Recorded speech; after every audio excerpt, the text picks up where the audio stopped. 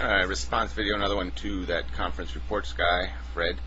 Yeah, good conversation so far. Maybe somebody else will join in. Yeah, I got a couple of gripes with what you said. I do think the consciousness thing is a definite functionality. There's a minimum number of pieces you need to make one. It's not just an extension of mass. It's a functionality. I mean, I think it exists in an insect. In any animal that can learn, I suspect it can feel. And I think we have to include feeling into consciousness. Now, how much it feels is another question. But I just don't see any.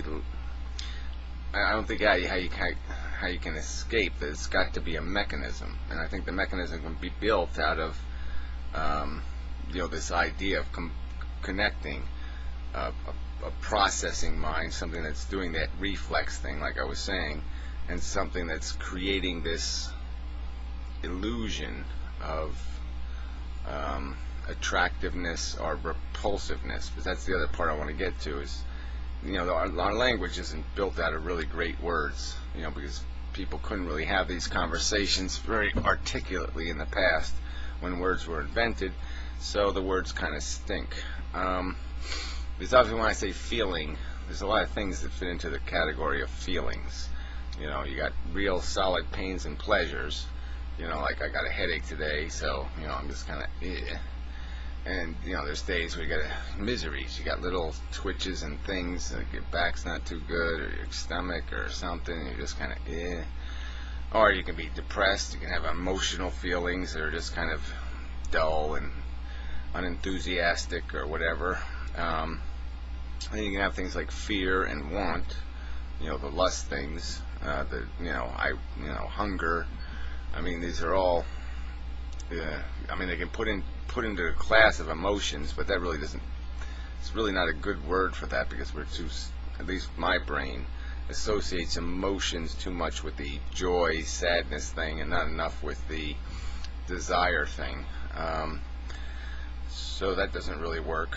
But I guess I would argue that the first thing that had to exist couldn't have really been the pain thing, because pain would have been really dumb. For the first thing to be felt, to be pain, would be dumb, because there'd be no way to react to the pain.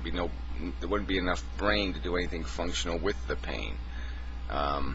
So it would just be nothing. It'd be useless, and it'd be hard for the structure to come up with that later. So it's almost like you needed the structure of the processor observing the world before pain became part of the observation. Before pain became part of the loop, you had to have some consciousness of the loop, some sentience. So I think the first feelings were what it sort of seems obvious, but the first feelings would be the things that they really don't have a pain-pleasure component to them. They just have a feely good, feel bad kind of thing. I mean, they're very like hunger would be that'd be a good thing, to have something that would motivate something to move towards something. Something that felt compelling. That would be attractive, and then something would be repulsive. Like that bad smell versus good smell. I mean, those are really weird. You don't have to process that. You don't have to think about it. It just goes, whoa, it overtakes your senses. And I just think that was converted eventually into harsher and harsher, more extreme amplifications of that. So the pleasures got amplified, and the miseries got amplified, to create more incentive for the brain to avoid certain things. For the brain to cause the animal to behave in a way that would avoid those things, or that would encourage the organism to do certain things that were conducive to them doing the consuming and reproducing thing. I don't think there's a need to add all the extra 4F thing, because 2 of the F's are basically then just trying to do the consuming thing. I mean, most of the flight thing fight and flight is about, getting your share, competing, doing the consuming. I mean, they're necessary to doing the consuming part that will enable you to acquire the physical wherewithal to do the seed planting for the next generation, which is really what the whole mechanism is, and that's what it's trying to do. All right, on the wavering consciousness thing, the way consciousness seems to be flying in and out of our, we were not in the same state of consciousness throughout the day. And that sort of ties to me to the dream state, because that's just like this weird state of consciousness. I mean, you can't really call it unconsciousness, because you're definitely doing something. But it's definitely also not as vivid as the real world. I find it kind of strange, because I think the pleasures in dreams are pretty damn good, and but the pains aren't as bad, usually. I mean, I'm just, I guess that's weird. I guess it's different for each person. I mean, emotionally, I'd say they were worse when I was younger, the negatives, the scary dream thing. But I really don't have those now. I mean, I can get run over by a train now, and, it doesn't bother me too much. I don't, and it gets ludicrous in the sense you get run over by the train, and you can be a decapitated head, and you won't be feeling any sensation of pain, and you just be like, oh, well, how am I going to get home? I'm going to have to roll home. That you get these totally unrealistic scenarios that you just go right along with. But I haven't found it to be, like it's like if you get shot in a dream or something, you just don't feel it like it's the real deal. You can fear it like it's the real deal, but you don't feel it real. So anyway, it's definitely this different kind of state of consciousness, and I guess what I'm arguing for is that there's a feedback thing going in our brain. So we have our 5 senses plus this feedback sense. So there's 6 senses. There's this constant feedback thing, and that's what the brain uses to create dreams. It throws together a bunch of memories and pieces of stuff, and it gives us life practice, and it creates bizarre scenarios, and it tries to, not that it's predicting the future, but that's probably why dreams are eccentric or bizarre, is that there was an evolutionary advantage to practicing things you don't anticipate.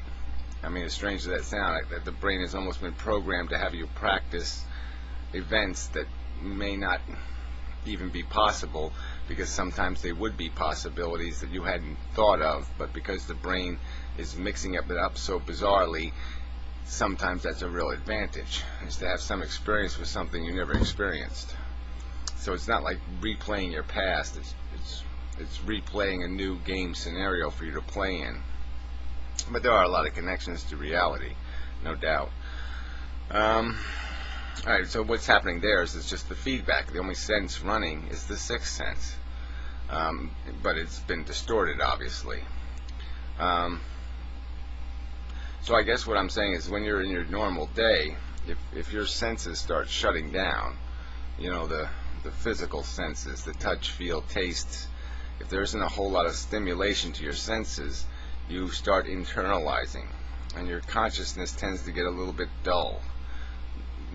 Just because it's the 6th sense may be the dullest sense, the least conscious, and how vivid that is. I guess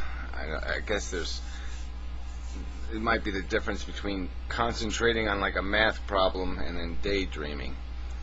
I mean, I don't know whether there's a real difference between those two in terms of how conscious you are. I mean, I'm just making this up as I go along, so I don't have no script. So I'm probably going too far, because I'm going where I haven't really thought about it yet, so there's no point in going there.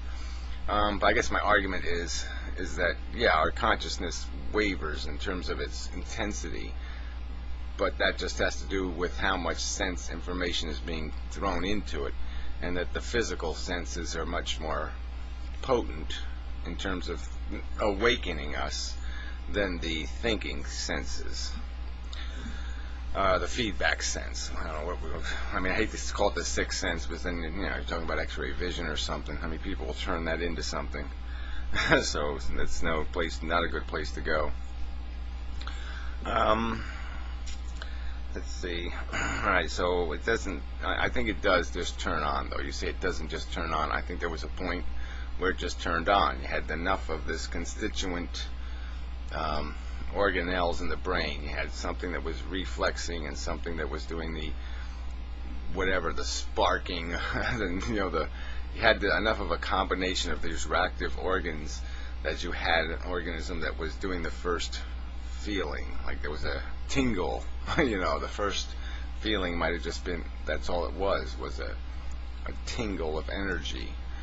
But I think that's where it starts. It doesn't have much to do with mass, size. It has a lot to do with just having the specific right parts. I mean, I think you can cut our brains to